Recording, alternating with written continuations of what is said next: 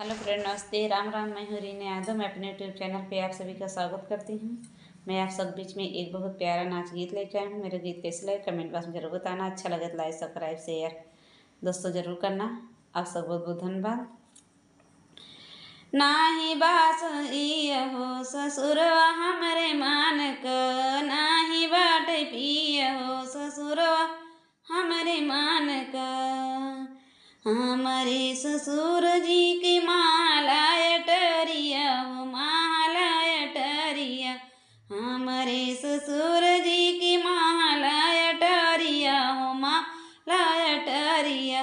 नाही लगल बा खिड़किया हमरे मान क, ना लगल बा खिड़किया हमरे मान क। नाही नहीं हो ससुर हमरे मान क, ना पिय हो ससुर हमरे मान क। हमारे जेठ जी के चारे बहिनिया हो, चारे बहिनिया हो। नाही निवाटी नदिया हमरे मान क, नाही निवाटी न हमरे मान क।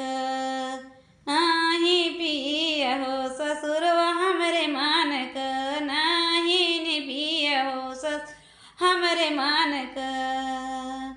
अय हमरे पिया जी के जहाँ ससुररिय हो, जहाँ ससुररिय हो, ओ है नैहरवा बाटे हमरे मान क, ओ है नैहर बाटे हमरे मान